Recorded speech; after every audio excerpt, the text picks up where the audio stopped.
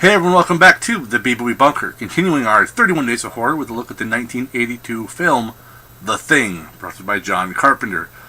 This is one of my all-time favorite movies.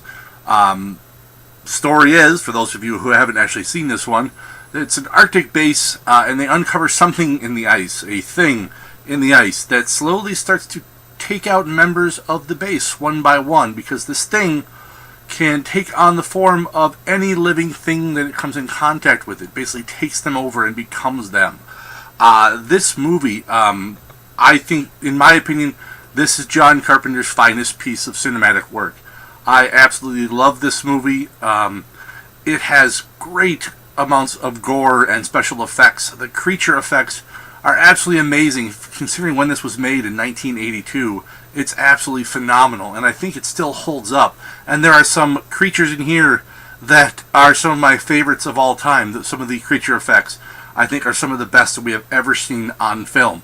Not only does it have the gore and that type of effect, and the whole, being picked off one by one, so there's that, that feeling of isolation and alone, because you're in the Arctic, it's also, you can't run away, you're in the Arctic. What are you going to do? You will freeze to death. You have to stay in this base or nearby, or you'll die anyways, so you have to kind of make your stand, and I love that type of film. And it's not just that, it's one of my favorite things that can happen in a horror film is the paranoia, the not being able to trust those around you. I love films that really go into that and delve into that bit of the human psyche of the, I can't trust these people, I don't know who anyone is, I only know who I am, and in some ways you even question if you even know who you are. This movie just hits on those notes so well, and that shows John Carpenter as a truly gifted director when it comes to telling this story. Not only do we get great performances from Kurt Russell as the lead, I mean, you've got a great supporting cast, and you have Wilford Brimley, although he doesn't eat any oatmeal that I'm aware of in this film.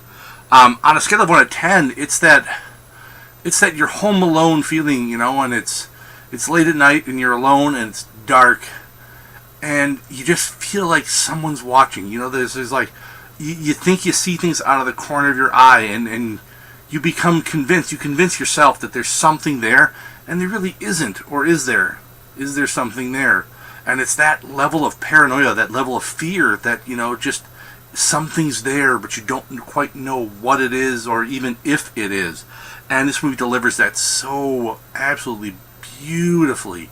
On top of the fact that it has an ending that has been discussed for 30 freaking years I'm not going to go into it, but I mean, it's an ending that leaves you still asking questions. And I love when they leave, in my opinion, a kind of open ending, where it's not always resolved nice and tidy and neat in a bow, where there's still questions that need to be answered, and you can, as an audience, come up with your own answers, which may or may not be right.